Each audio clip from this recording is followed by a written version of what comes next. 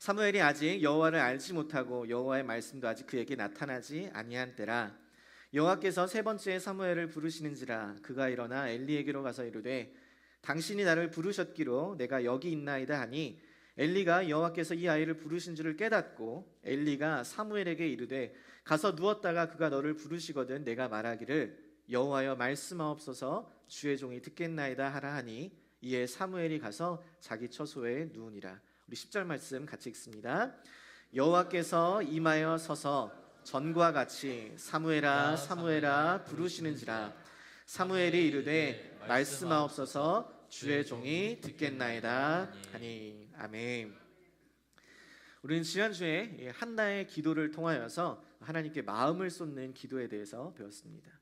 그래서 첫 번째로 고통의 자리, 절망의 자리에서 일어나라, 기도의 자리로 나아가라 라는 것에 대해서 배웠고, 두 번째는 하나님께 내 마음을 쏟아놓으라, 내 감정을 쏟아놓으라. 기도의 형식이나 자세가 중요한 것이 아니라 내 마음을 정직하게 하나님께 아뢰는 것이 중요하다라는 것을 배웠고, 세 번째로는 하나님을 신뢰하라. 내가 원하고 구하는 것보다 하나님께서는 우리의 필요를 잘 아시고 우리에게 가장 좋은 때에 좋은 것을 주시는 그 하나님을 신뢰하라라는 것에 대해서 배웠습니다. 그래서 이렇게 하나님께 마음을 쏟는 기도를 하였더니 하나님께서 어떻게 하셨어요? 어떻게 응답하셨어요? 아들을 주셨습니다. 그런데 제가 아들을 주신 것보다 더 중요한 것이 뭐라고 했는지 기억나세요? 하나님께서 한나를 생각하셨다라는 것이, 그녀를 돌보셨다라는 것입니다. 그분의 그 한나의 고통을 위로해 주셨다는 거예요. 그래서 기도의 응답은 우리가 원하는 그 응답을 받았다는 그 결과의 여부로 판단되어지는 것이 아니라 하나님께서 내 기도를 들어주셨다, 나를 생각하여 주셨다, 나를 돌보고 계신다, 그 관계의 확신으로 이루어진다는 것을 나눴습니다. 자, 그러면 제가 여러분에게 질문해 보고 싶습니다. 지난 한 주간 여러분 하나님께 마음을 쏟아놓으며 기도하셨나요? 그 가운데 하나님께서 여러분을 생각하셔서 여러분을 기억하시고 여러분을 돌보시고 함께 하신다는 확신을 경험하셨습니까? 여러분, 우리가 연애를 책으로 배울 수 없는 이유가 누군가를 사랑하는 것이 지식으로 이루어지는 것이 아니라 관계로 이루어지기 때문입니다. 하나님과의 사랑으로 인해 시작된 기도도 마찬가지입니다. 하나님과의 사귐의 기도, 그것을 내가 어떻게 해야 하는지를 지식적으로 배워줌으로써 우리가 이루어지는 것이 아니라 관계로 내 마음을, 내 감정을 나눌 때에 이루어지는 것입니다. 이 교제를 통해서 기도가 무엇인지 어떻게 해야 하는지를 배우는 것도, 지식적으로 배우는 것도 너무 중요하지만 실제로 여러분이 기도의 시간을 따로 떼어놓으며 기도의 시간을 가지면서 그분과의 깊은 이 관계를 나누셔야 하는 거예요. 지난주 이 한나의 기도에 이어서 여러분 오늘은 이 한나의 서원 기도를 통해서 하나님께서 주신 그 아들 사무엘의 삶을, 기도를 통해서 이렇게 살펴볼 것입니다. 이 사무엘의 이야기를 통하여서 하나님과 함께 머무는 기도가 무엇인지를 살펴볼 텐데, 저는 저와 여러분의 마음 가운데 하나님의 임재를 갈망하는 그러한 간절한 소망이 우리 가운데 샘솟아지기를 간절히 소망합니다. 사무엘상 2장 18절의 말씀을 먼저 한번 살펴보겠습니다. 사무엘상 2장 18절입니다. 우리 오늘은 사무엘상 2장, 3장, 7장을 통하여서 사무엘의 전체 삶의 이야기를, 또 기도의 이야기를 살펴볼 텐데요. 여러분 성경을 가지고 계시면 직접 피셔서 한번 보았으면 좋겠습니다. 사무엘상 2장 18절의 말씀입니다. 제가 읽겠습니다. 사무엘은 어렸을 때 세마포 에봇을 입고 여호와 앞에서 섬겼더라, 이렇게 이야기합니다. 사무엘은 한나의 기도에 대한 하나님의 응답으로 낳은 아들이었습니다. 한나는 하나님께, 하나님 자신에게, 나에게 아들을 주시면 내가 그의 평생에 여호와께 드리겠습니다라고 서원 기도를 했어요. 그리고 하나님께서 한나를 생각하셔서 그 기도를 응답해 주셨습니다. 그래서 한나는 자신이 기도한 대로, 서원한 대로 그의 평생을 하나님께 드렸고, 그는, 사무엘은 거기서 여호와의 전에서 여호와께 경배를 드렸습니다. 그리고 오늘 18절의 말씀에도 사무엘이 어렸을 때 세마포 에봇을 입고 여호와 앞에서 섬겼더라라고 기록을 해요. 여기서 이 세마포 에봇은 제사장들이 그 직무를 수행할 때 입었던 옷입니다. 그러니까 사무엘이 세마포 에봇을 입었다는 것을 굳이 언급하는 이유는 그가 제사장의 역할을 하면서 이 사역의 훈련을 받고 있었을 뿐만 아니라 그가 율법에 따라 율법을 정확하게 순종하며 지키고 있었다는 것을 의미합니다. 당시 엘리 제사장의 두 아들 홈니와 비느하스는 율법을 따르지 않고 자신의 지위를 남용하면서 여호와 앞에 범죄하고 있었는데, 그와 대조적으로 이 사무엘은 어렸을 때부터 제사장의 의복을 입고 세마포 에봇을 입고 하나님의 율법에 따라 여호와를 섬겼다라는 것을 보여주면서 이 사무엘이 어린 시절부터 여호와의 전에서 자랐음을 보여줍니다. 우리는 이렇게 글로 읽으니까 와, 좋다, 그런가 보다라고 하는데, 여기서 여러분 사무엘의 입장을 한번 생각해 보시죠. 얼마나 힘들었을까요? 얼마나 억울했을까요, 여러분? 대부분 목사님들이나 신앙이 아주 좋으신 분들이 자녀를 낳으면서 이미 하나님께 드리고 목회자로 또 선교사로 서원하시는 분들이 계셔서 자녀들의 입장에서는 얼마나 마음이 어려운지 몰라요. 이게 다 한나 때문에 그런 거예요. 태어나기도 전에 엄마가 이미 하나님께 서원했어요. 평생을 하나님께 드리겠다고, 삭도도 절대 되지 않겠다고. 근데 여러분 사무엘의 입장에서 생각해 보면, 아니 나도 엄마 내 인생이 있는데 왜 나랑 상의도 없이 하나님께 내 삶을 드리겠다고 한 거야? 교회라는 곳에 왜 나를 가둬놓는 거야? 나 머리 긴 거 싫어해, 간지럽다고, 머리 자르고 싶다라고 이렇게 이야기할 수 있잖아요. 그런데 이렇게 반항하는 것이 조금 오바다라고 생각하면, 여러분 더 어린 시절이라 사무엘이 반항하기 전이라고 생각하면, 젖된 다음에 바로 성전에 보내졌으니까 여러분 엄마의 사랑을 받으면서 안정감을 누려야 될 그러한 나이에 엄마가 얼마나 보고 싶겠어요. 근데 엄마가 나를 버렸어, 나를 여기에 두고 떠났어. 여러분 이렇게 생각하면은 그 엄마에 대한 그리움이 나중에는 시간이 지나서 상처와 배신감이 들 수도 있는 거잖아요. 그런데 성경은 이러한 저의 상상과 생각과 감정을 모두 사라지게 할 한 가지 기록을 남겨놓습니다. 2장 19절 말씀을 보겠습니다. 그의 어머니가 매년 드리는 제사를 드리러 그의 남편과 함께 올라갈 때마다 작은 겉옷을 지어다가 그에게 주었더니라고 이렇게 이야기해요. 한나는 매년 예배를 드리러 성전에 올라갔고, 사무엘은 그때 한나를 만날 수 있었습니다, 엄마를. 그런데 그때 한나가 무엇을 했는가? 작은 겉옷을 지어다가 그에게 주었다라고 이야기해요. 당시 고대에 옷을 만들려면 재료의 생산부터 가공, 직조 등 모든 공정을 거쳐야 했기 때문에 매우 긴 시간을 필요로 했습니다. 그런데 아이가 매년 키가 커지고 몸이 커지니까 해마다 지을 옷을 갈아입어야 되잖아요. 새로운 옷이 필요하잖아요. 그래서 한나는 매년 오랜 시간을 걸쳐서 수고를 들이면서 이 겉옷을 지었다는 거예요. 그러니까 이 겉옷은 단지 체온을 유지하기 위한 그러한 옷이 아니라 사무엘을 향한 어머니의 사랑이 담긴, 한나의 지속적인 기도와 관심, 교육을 상징하는 물건이 바로 겉옷이었다는 거예요. 그래서 어려서부터 여호와의 전에서 자라고 어머니의 기도로 사랑으로 사무엘은 어떠했는가? 2장 26절 말씀 한번 같이 읽겠습니다. 시작. 아이 사무엘이 점점 자라매 여호와와 사람들에게 은총을 더욱 받더라. 아멘. 그는 어리지만 하나님과 사람들에게 더 은총을 받았대요. 그는 태어난 집안 조건들을 볼 때 크게 두각을 나타내는 부분도 없었고, 그럼에도 불구하고 하나님께서 그를 주목하신 이유는 그는 어려서부터 성전에서 하나님과 함께 머물렀으며 그를 위해 끊임없이 기도하는 어머니가 있었다는 것이에요. 어머니의 기도로 어려서부터 성전에서 하나님과 가까이 했던 사무엘이었기 때문에 그는 훗날 이 사사시대와 왕정시대를 잇고 다윗을 세우고 하나님을 통해 구원의 계획을 준비하는 일에 쓰임받는 구약을 대표하는 인물이 되었다는 것을 믿으시기를 바랍니다. 신촌 세브란스 병원에 장기 이식 코디네이터로 세상에 생명을 잇는 귀한 일을 하는 유세용이라는 간호사가 있습니다.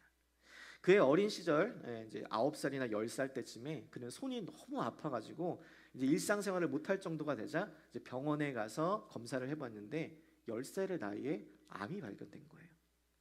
어린 아이들은 이제 성장 속도가 빠르다 보니까 한 달만 늦게 발견했더라도 이 암세포가 온 몸에, 전신에 이제 퍼졌을 것이라는 말에 이분이 너무 무서워가지고 처음으로 죽음에 대해서 진지하게 생각을 하게 되고, 하나님 저를 살려주시면 저처럼 아프고 힘든 사람들을 도우며 살겠습니다라고 기도를 하게 됩니다. 그렇게 해서 두 번의 힘든 수술을 마치고 겨우 일상으로 돌아왔는데 이번에는 아버지가 자신의 생일을 며칠 앞두고 심장마비로 돌아가신 거예요. 그때부터 이분이 자신의 삶에 왜 이렇게 힘든 일이 계속 생기는지 이해를 할 수가 없었다고 해요. 어릴 때부터 아픈 것도 모자라 아버지가 갑자기 세상을 떠나시니까 가정이 너무 힘들어져서 누나들은 대학을 갈 수도 없었고 어머니는 생계를 책임지면서 홀로 그 세 자녀를 다 돌보셨다는 거예요. 부모님의 빈자리가 너무 크니까 이분은 이제 정상적인 학교 생활을 하지도 못하면서 여러 가지 결핍을 경험했다라고 합니다. 그래서 그 공허함을 채우려고 게임에 빠지기도 하고 친구들과의 관계에서 이기고 싶어 하니까 관계에 어려움이 생기기도 했다고 합니다. 그러면서 성취감을 통하여서 무언가를 이룸으로 인하여서 그 결핍을 채우려고 했었대요. 그렇게 방황하던 시간을 보내면서 부모님께 받은 헌금으로 PC방도 가고 욕도 하고 신앙은 별로 없었는데 그런데 신기한 게 그래도 어려서부터 꾸준히 다니던 교회는 계속 나갔대요. 그러던 중에 교회 어떤 프로그램에서 부모님의 발을 씻겨드리는 시간이 있어서 예수님이 제자들의 발을 씻기신 것처럼 이분도 자신의 어머니의 발을 씻겨드리는데 그 발의 주름을 이제 손끝으로 느끼는 그 순간 어머니는 늘 나를 위해 희생하셨지만 나는 그동안 어머니의 사랑을 제대로 보지 못했구나라는 생각이 확 들더래요. 그러면서 이분이 게임에 빠져 있었지만 어머니는 그걸 묵묵히 참아주시고 새벽 기도를 통하여서 끊임없이 감싸주셨던 그 어머니의 마음이 느껴지더래요. 그러면서 또 어느 날 교회 학교 선생님이 이분에게 물으셨대요. 혹시 내 어머니가 새벽 기도 나가시니? 그랬더니 잘 모르겠는데요. 그랬는데 그 선생님이 하시는 말씀이 어제 새벽 기도 갔는데 누군가 네 이름을 부르짖으면서 울부짖으면서 기도하고 있더라라고 하더래요. 이 말을 듣고 이분이 눈물이 펑펑 쏟아지더래요. 앞에서는 티 한 번 아무 티도 내지 않으셨던 그 어머니가 새벽마다 자신의 이름을 부르면서 기도하고 있다는 이야기를 듣게 되었을 때 그때 이분이 어머니의 사랑을 온전히 깨닫게 된 거예요. 그러면서 그의 마지막 고백이 참 귀하더라고요. 지금도 어머니는 새벽마다 기도하십니다. 저는 어머니의 기도 덕분에 여기까지 올 수 있었습니다. 어머니는 저를 혼내거나 강요하지 않으셨지만 하나님께 제 삶을 맡기며 기도하셨습니다. 그 사랑과 인내 덕분에 저는 변화할 수 있었습니다. 그때는 몰랐지만 이제는 압니다. 어머니의 기도가 저를 살렸다는 것을. 사랑하는 성도 여러분, 이 사무엘이 한나의 기도로 하나님의 성전에 거하며 하나님과 가까이 했던 것처럼 여러분의 자녀가 하나님과 가까이 하기를 원하신다면, 그래서 하나님과 사람들에게 은총받는 자녀로 양육하기를 원하신다면 여러분, 우리가 해야 할 일은 너무나 자명합니다. 자녀를 위해 기도하십시오. 자녀들의 삶을, 자녀들의 미래를 하나님께 내어 맡기십시오. 그들이 하나님과 가까이 할 수 있도록, 하나님의 임재 안에 거할 수 있도록 기도의 씨앗을 뿌리십시오. 저는 여러분의 그 기도가 여러분의 자녀의 삶을 살리고 또 여러분의 자녀의 인생을 변화시킬 줄 믿습니다. 두 번째, 우리가 이 사무엘의 기도의 삶을 통해서 살펴볼 것은, 사무엘은 그 하나님의 부르심에 겸손하게 응답했다라는 사실입니다. 사무엘상 3장 7절로 10절 아까 전에 읽었던 말씀에 보면 어려서부터 이 여호와의 전에서 자라면서 하나님을 가까이 했던 사무엘. 그런데 그때를 성경은 이렇게 기록합니다. 3장 1절 말씀 한번 보겠습니다. 같이 읽습니다. 시작. 아이 사무엘이 엘리 앞에서 여호와를 섬길 때에는 여호와의 말씀이 희귀하여 이상이 흔히 보이지 않았더라. 여호와의 말씀이 희귀하여서 이상이 흔히 보이지 않았더라. 말씀이 희귀하다는 것은 흔하지 않았다는 거예요. 드물었다, 거의 없었다라는 뜻이고, 이상이 보이지 않았다는 것은 비전이, 그 계획이, 그 뜻을 알 수가 없었다는 것입니다. 하나님께서는 그 말씀을 통해서 자신의 뜻과 계획, 그 이상을 보여주시는데 그 말씀이 없으니까 그분의 뜻과 계획도, 그분의 비전 또한 볼 수 없었다는 거예요. 왜 그런가 하니까 3장 2절에 보면 이렇게 이야기합니다. 엘리의 눈이 점점 어두워 가서 잘 보지 못했다. 이것은 단지 육신의 눈이 어두워져 있다는 것을 말하는 것이 아니라 그의 영적인 눈이 어두워져 있다는 거예요. 대제사장인데, 엘리 대제사장인데 영적인 상태가 이렇다는 거예요. 그렇다면 그의 백성들은 어떠했을까요? 그러니까 각기 제 소견에 옳은 대로 행하며 하나님의 말씀이 희귀하고 그 말씀을 대언해야 될 제사장조차 영적으로 깨어있지 못하여서, 분별하지 못하여서, 그분의 뜻과 계획을 알지 못하여서 백성들에게 전해져야 될 그 하나님의 말씀이 가로막혀 있었던 그 시대, 하나님과의 관계가 깨어져 있던 시대가 바로 이때였다라는 거예요. 칠흑같이 어둠만이 가득했던 시대에, 이 시대에 무슨 희망이 있을까라고 생각되어지는 그 시대에, 그런데 이러한 시대에도 희망이 있다라는 거예요. 이러한 시대에도 하나님은 일하고 계시다는 거예요. 성경은 뭐라고 이야기하냐? 3절에 같이 읽습니다. 하나님의 등불은 아직 꺼지지 아니하였으며, 아멘이세요? 하나님의 등불은 아직 꺼지지 아니하였으며 그분의 계획은 무너지지 아니하였고 실패하지 아니하였다는 거예요. 그러면서 이러한 어두운 시대 가운데 빛의 역할을 감당할 한 사람을 소개할게. 하나님의 궤가 있는, 여호와의 전 안에 누워 있는, 하나님의 임재 가운데 있는 그 한 사람, 이 사무엘을 봐봐라고 이야기하는 거예요. 여호와의 말씀이 희귀하고 이상이 보이지 않았던 그때였지만 여호와께서는, 하나님께서는 이 사무엘을 부르십니다. 그런데 재미있는 것은 이 사무엘이 하나님의 음성을 깨닫지 못해요. 분명히 그 음성은 엘리의 그 대제사장의 그 평소 목소리와는 달랐을 텐데, 자기를 부를 사람이 엘리밖에 없다고 확신해서 그런지 그는 엘리 대제사장에게 다가가서 나를 부르셨냐라고 묻습니다. 그래서 엘리는 아니다, 나 안 불렀다, 다시 가서 자라 라고 이야기하니까, 그래서 다시 자서 누웠는데 또다시 하나님이 사무엘을 부르고 사무엘은 또 엘리 제사장에게 찾아갑니다. 부르셨어요? 아니다, 다시 가서 자라. 여러분, 나이가 들면 밤에 잠이 한 번 깨면 다시 잠들기가 쉽지가 않잖아요. 그런데 이 정도면 지금 와서 2번이나 깨우면, 지금 부르지도 않은 그 사무엘이 와서 자꾸 깨우면 정말 짜증이 아주 이빠이 날 수 있는 아주 거시기한 상황이거든요, 이 상황이.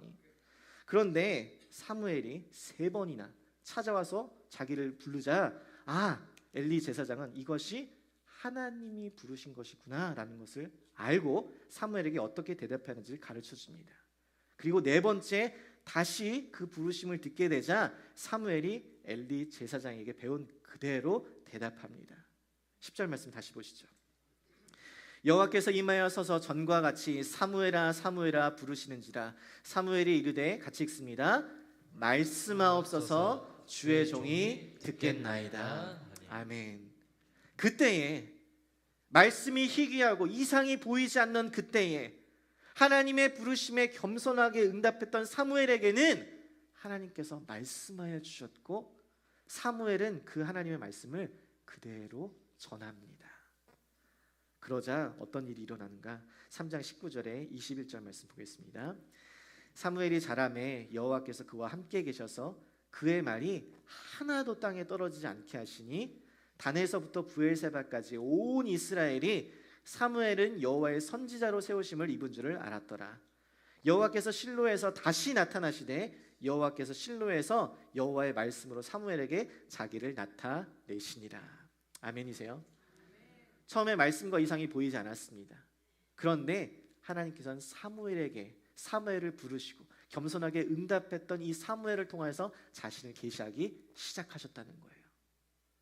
하나님께서는 그와 함께 계셨고 그의 말이 하나도 땅에 떨어지지 않게 하시며 온 이스라엘이 사무엘을 하나님께서 세우신 선지자구나 다 인정했다는 거예요.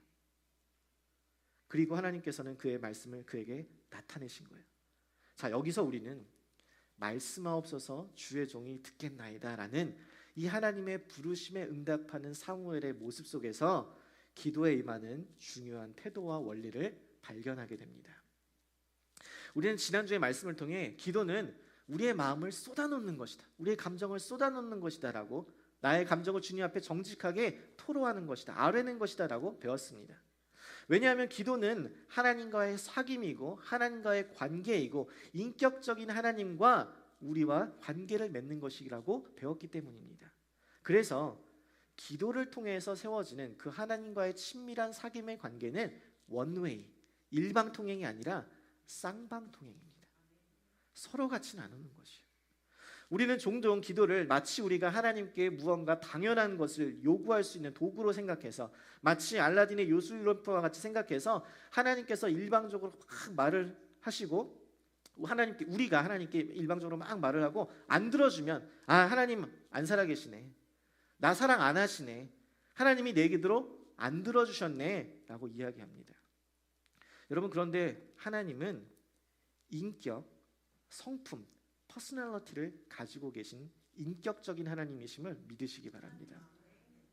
기도는 우리가 하나님과 사랑의 대화를 나누는 것이지 내놔, 하나님 빨리 주세요 라고 요구하는 것이 아니라는 거예요. 한 사람만 일방적으로 이야기하는 것을 우리는 대화라고 하지 않습니다. 이걸 뭐라고 해요? 갈굼이라고 합니다. 여러분, 우리가 상대와 대화를 나눌 때 그 상대방을 존중하고 상대방의 이야기를 듣고자 하는 경청의 자세가 있을 때 우리는 그것을 대화라고 이야기합니다. 마찬가지로 우리가 하나님으로 인정하고 그분의 말씀을 듣고자 하는 겸손함이 있을 때에 그 기도가 참된 기도가 된다는 것이에요.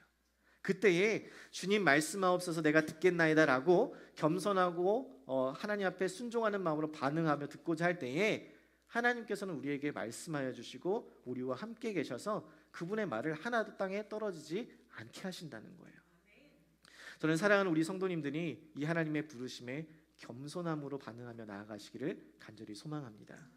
하나님 내게 말씀하여 주옵소서 내가 듣겠나이다. 그때에 하나님은 여러분과 함께 계셔서 여러분은 하나님께서 여러분의 삶에 머무르시는 그분의 풍성한 임재를 경험하게 되실 줄 믿습니다.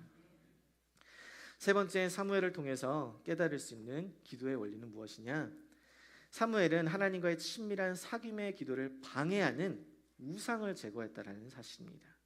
우리 7장 3절부터 6절 말씀을 한번 보겠습니다. 7장 3절에서 6절의 말씀입니다. 제가 천천히 읽을게요. 사무엘이 이스라엘 온 족속에게 말하여 이르되 만일 너희가 전심으로 여호와께 돌아오려거든 이방신들과 아스타롯을 너희 중에서 제거하고 너희 마음을 여호와께로 향하여 그만을 섬기라. 그리하면 너희를 블레셋 사람의 손에서 건져내시리라. 이에 이스라엘 자손이 바알들과 아스타롯을 제거하고 여호와만 섬기니라. 사무엘이 이르되 온 이스라엘은 미스바로 모이라. 내가 너희를 위하여 여호와께 기도하리라 하매 그들이 미스바에 모여 물을 길어 여호와 앞에 붓고 그날 종일 금식하고 거기에서 이르되 우리가 여호와께 범죄하였나이다 하니라. 사무엘이 미스바에서 이스라엘 자손을 다스리니라. 여러분, 사무엘이 이 하나님의 선지자로 이스라엘을 다스리고 있을 때에는 블레셋이 이스라엘을 계속 위협하고 공격할 때였습니다. 그때 사무엘은 온 이스라엘 백성들에게 너희가 정말 여호와께 돌아오려거든 하나님과의 관계를 회복하려거든 너희들이 해야 될 일이 있다라고 이야기합니다. 그게 뭐예요? 이방 신들과 아스타롯을 너희 중에서 제거하는 것이다. 그리고 나서 너의 마음을 여호와께 향하여서 그만을 섬기라라고 이야기해요. 그리하면 하나님께서 너희를 블레셋 사람의 손에서 건져내 주시겠다는 거예요. 그래서 이스라엘이 어떻게 하느냐? 사무엘의 말대로 그대로 바알과 아스타롯 그 모든 우상들을 제거합니다. 그리고 미스바라는 곳에 다 모여갖고 그들은 다 같이 종일 금식하면서 우리가 여호와께 범죄하였습니다 라고 회개 기도를 해요. 여기서 우리는 기도에 관한 또 하나 중요한 원리를 찾아볼 수 있습니다. 여러분, 기도는 바로 하나님과의 관계 속에서 일어나는 것이기 때문에 하나님과의 관계를 방해하는 가로막는 우상이 있을 때 그 기도는 우리가 하나님께 나아가는 통로가 되지 못하고 하나님께 머무르는 그 임재를 경험하는 기도가 될 수 없다라는 것이에요. 여호수아 7장에 보면 이스라엘 백성이 여리고를 무너뜨려서 가나안 땅에 정복해 가던 중에 이 아이성에서 패배하는 사건이 있습니다. 그 난공불락의 성, 이 여리고 성을 무너뜨렸으니까 이제 다른 성들은 식은 죽 먹겠지 그렇게 생각하고 있었는데 당연히 전쟁에서 이길 거라고 생각했었는데 뜻밖에도 처참하게 패배해버린 거예요. 그래서 여호수아는 이에 대해서 하나님께 간절히 기도합니다. 그러자 하나님께서 뭐라고 이야기하시냐? 여호수아 7장 11절에 12절에 이렇게 이야기합니다. 이스라엘이 범죄하여 내가 그들에게 명령한 나의 언약을 어겼으며 또한 그들이 온전히 바친 물건을 가져가고 도둑질하며 속이고 그것을 그들의 물건들 가운데 두었느니라. 그러므로 이스라엘 자손들이 그들의 원수 앞에 능히 맞서지 못하고 그 앞에서 돌아섰나니 이는 그들도 온전히 바친 것이 됨이라. 그 온전히 바친 물건을 너희 중에서 멸하지 아니하면, 너희 중에서 제거하지 아니하면, 너희 중에서 빼지 아니하면 내가 다시는 너희와 함께하지 아니할 것이라. 여러분, 이 말씀을 통해 우리는 분명한 영적 원리를 깨달을 수 있습니다. 우상을 제거하지 않으면 하나님이 우리와 함께하지 않으신대요. 우상을 제거하지 않으면 하나님과의 친밀한 사귐도 없고 그분으로 인한 능력도 체험할 수 없다는 거예요. 기도에 힘이 없고 승리도 없다라는 것이에요. 이스라엘은 이 아간이 숨긴 물건을 찾아내서 제거한 후에야, 그때야 비로소 다시 하나님과 동행하며 결코 승리를 얻을 수 있었습니다. 여러분, 하나님의 임재를 경험하고 하나님의 여러분의 삶 가운데 머무르기를 원하시나요? 여러분, 그렇다면 가장 먼저 우리의 삶에 있는 우상을 제거해야 함을 믿으시기 바랍니다. 하나님보다 더 사랑하고 하나님보다 더 의지하고 있는 여러분의 우상을 제거하십시오. 그 우상을 깨끗이 제거하고 여러분의 마음 가운데 하나도 남겨두지 않아야, 그래야 하나님의 영으로 우리는 다시 채워질 수 있는 것이고, 그래야 하나님의 임재를 경험할 수 있다는 것이에요.